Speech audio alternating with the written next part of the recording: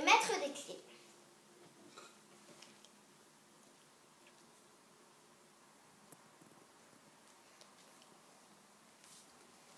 Alors, il y a déjà le livre 1 qui s'appelle Le pays des songes.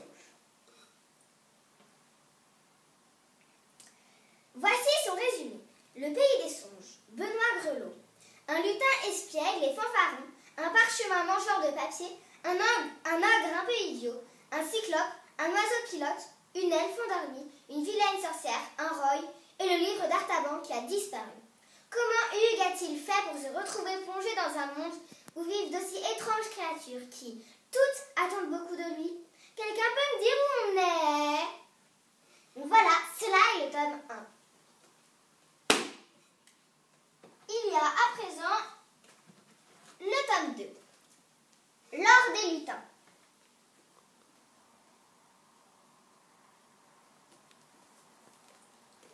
L'or des lutins, Benoît Grelot.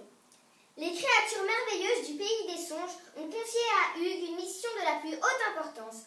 Aidé de ses meilleurs amis et du fidèle Régis, il va devoir affronter Anka, la terrible sorcière, pour lui reprendre le précieux livre d'Artaban.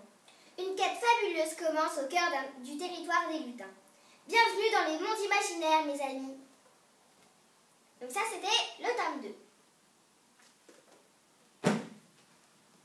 Tome 3, le grand secret.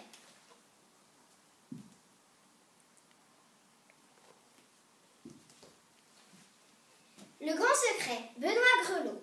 Hugues et ses 4 amis et Régis poursuivent leur aventure sur le territoire d'Anka, à la recherche de leur ennemi. Au fil de leur quête, ils prendront peu à peu la mesure du monde dans lequel ils évoluent et découvriront les ressources qu'ils portent en eux-mêmes, jusqu'au combat contre la terrible sorcière. Ne soyez pas tristes, on se reverra.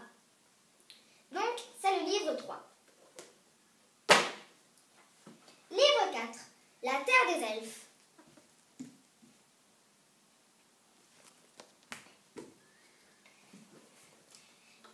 Tome 4, La Terre des Elfes, Benoît Grelot. Hugues est de retour sur la Terre des Elfes, guidé par Salah, qui souhaite lui faire découvrir son peuple. Toujours accompagné de Régis, il découvre avec stupéfaction un pays dévasté et vidé de ses habitants. Les elfes noirs sont la cause de ce désastre. Une grande aventure s'annonce, placée sous le signe de l'humour et de l'entraide. Cornet de douille, je vais en avoir un paquet de choses à raconter au village. C'était le tome 4. Tome 5, La vallée des géants.